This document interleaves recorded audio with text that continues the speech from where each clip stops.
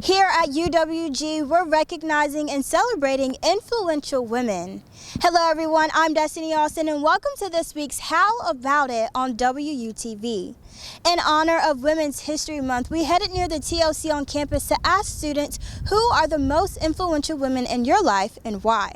Now, for those of you who are not familiar with the building, no, the acronym does not stand for Tender Loving Care, although that is what comes to mind when I think of the women I love. Not one, not two, but now three. A popular fast food chain is gearing up to open its third location in the city of Carrollton. As you can see, it's a beautiful day today, and I'm standing next to some beautiful flowers here on campus.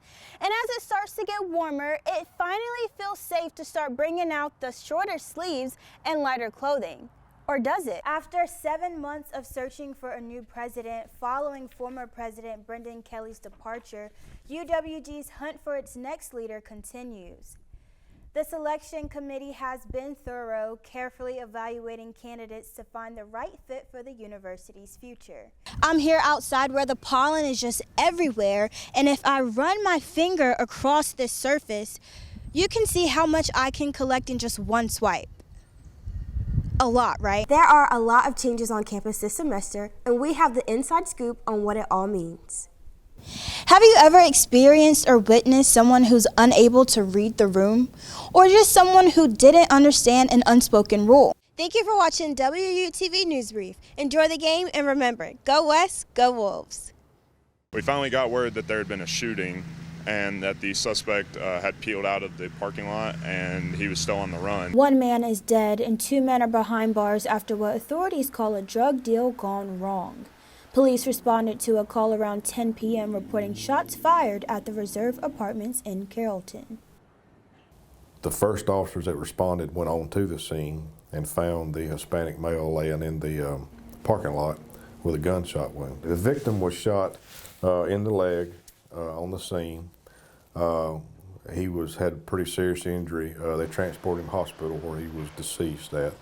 While they were rendering aid to him, the other officers, as they were responding to the scene, actually met what they thought was this white car that the caller had given the description of. They chased the car till they got somewhere around Tanner Medical Center. According to authorities, following a search for the suspects near the hospital, police found one suspect injured after a hotel clerk reported that the suspect asked for help. 20-year-old Marquise Jarvis Clark and 22-year-old Maurice Williams were taken into custody for the alleged murder of 32-year-old Mario David Lopez Gomez.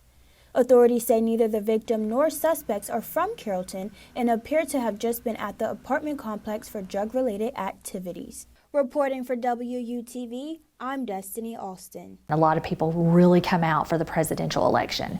After 3 weeks of early in-person voting in Carroll County for the 2024 presidential elections, more than 30,000 voters cast their ballot. We had 32,524. And then the last week of early voting, we opened up our Powell Park precinct in Villa Rica, and we did 6,496. We have had some absentee ballots come in. We have a total of 1,780. And so for the grand total of early voting is 39,020. As the new election supervisor, Michael Ock is now in the midst of voting season and preparing for the busy days leading up to November 5th.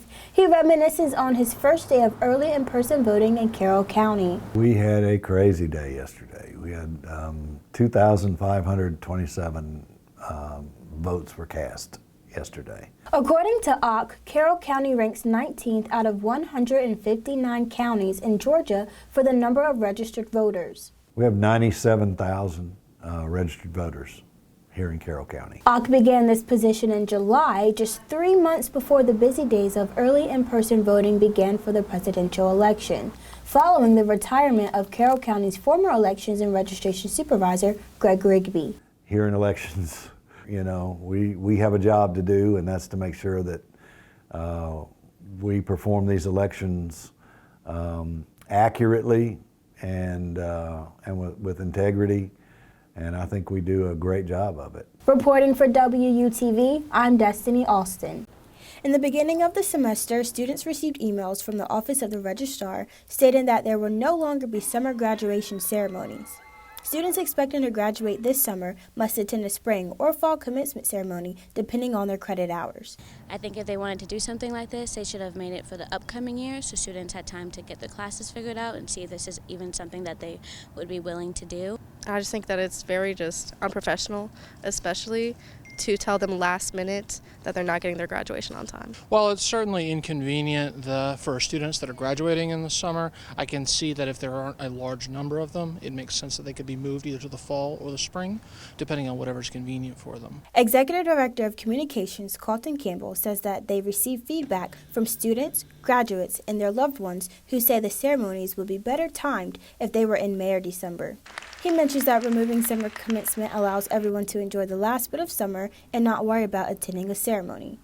After looking at that data and tracking those attendance numbers to see how many both graduates were graduating in each of the ceremonies, but then also how many loved ones were joining them, it just made kind of a business sense to forego having a summer ceremony and still be able to offer that opportunity to walk across the stage and be celebrated as a graduate of the university in either the spring or fall. Campbell also says that this is just for this year. However, if there are challenges associated with ceremony changes, administration will reevaluate to see if they need to bring back summer ceremonies.